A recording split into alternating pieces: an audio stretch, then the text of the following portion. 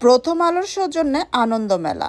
আর সেই আনন্দ মেলায় robot show হবে না, পাপেট শো হবে না, কিংবা ম্যাজিক হবে না, তা কি করে হয়? হ্যালো গাইস, আসসালামু আলাইকুম। আমি আরও একটা ব্লগ ভিডিও নিয়ে আসলাম আপনাদের মাঝে। আমাদের এইখানে যে প্রথম আলো কর্তৃক আনন্দ মেলা হলো, সেই আনন্দ মেলায় কিন্তু অনেক সুন্দর আয়োজন ছিল। এইখানে রোবট শো ছিল। এই যে রোবটটা দেখতেছেন, ও কিন্তু অনেক সুন্দর নাচ করেছে। শুধু যে রোবট নাচ করেছে তা কিন্তু না, এই যে পুতুল নাচও কিন্তু হয়েছে। আমি কিন্তু এই প্রথম আমার লাইফে পুতুল নাচ সামনাসামনি দেখতেছি, আলহামদুলিল্লাহ। আপনারা যদি কেউ প্রথম পুতুল নাচ দেখে থাকেন, অবশ্যই একটা সুন্দর কমেন্টসের মাধ্যমে জানাবেন। আর এই যে বয়াতিটাকে দেখতেছেন, ওর বাড়ি কোথায় জানেন? ও কিন্তু কুষ্টিয়ার থেকে আসছে।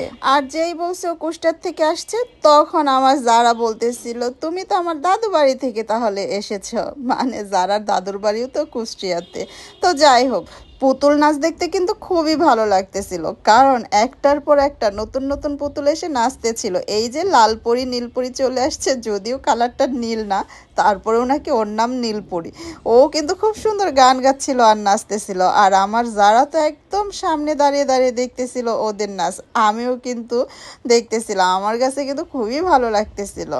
আগে শুধু টিভিতেই দেখেছি পুতুল নাচ, কখনো সামনাসামনি দেখিনি। এবার আমার ইচ্ছাটা পূরণই হয়ে গেল। একটা শিকারি এসছে, সেই শিকারি আবার বাঘও শিকার করে নিল। ভাবা যায়, চোখের সামনে শিকারি বড় একটা বাঘ শিকার করে নিল। সব থেকে মজার পার্ট ছিল এইটা, এই মেয়েটার নাকি বিয়ে হয়নি, অনেক বয়স হয়ে গেছে, এখনো বর খুঁজতে আসছে। আর বর খুঁজতে খুঁজতে আমাদেরই সেক্টরের একটা ছেলেকে পেয়ে গেছে। সে কিন্তু ছেলেকে অনেক কিছু দিয়ে বিয়ে করেছে। 1 লক্ষ টাকা, মোটর সাইকেল, টিভি, ফ্রিজ, যা যা লাগে সব কিছু দিয়ে অবশেষে গলায় মালা পরিয়ে ছেলেটাকে কিন্তু বিয়েই করে নিল। বর কিন্তু একদমই ছোট, লজ্জায় লাল হয়ে যাচ্ছিল। সবাই কিন্তু হাসাহাসিও করতেছিল। আর বরের মাকে সবাই বলতেছিল, এবার ছেলের বউ ঘরে তোলার ব্যবস্থা করো। বিয়ের পর্ব তো গেল, অবশেষে আবার সাপুরে এসে হাজির। সাপুরের পর্বটা দেখে সব বাচ্চারা ভয়ে চিল্লাছিল, সাপ এসেছে, সাপ এসেছে। সর্বশেষ এইখানে চলে আসলো নৌকা বাইচের অনুষ্ঠান। নৌকা বাইচ, সেটাও কিন্তু জীবনে প্রথম এই পুতুল নাচের মাধ্যমেই দেখে নিলাম। আর একটা কুমির এসে নৌকা বাইচের সব কয়জনকে খেয়ে নিল।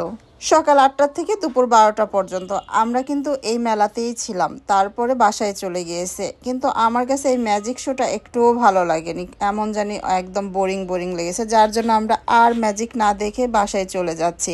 আর আমরা কিন্তু আবার খাওয়া দাওয়া করে বিকেলবেলা ইনশাল্লাহ মেলাতে আসবো। আর বিকেলবেলা এসে কি কি দেখেছি সেটাও আমি আপনাদের সাথে শেয়ার করবো। সবাই ভালো থাকবেন, সুস্থ থাকবেন, আল্লাহ হাফেজ।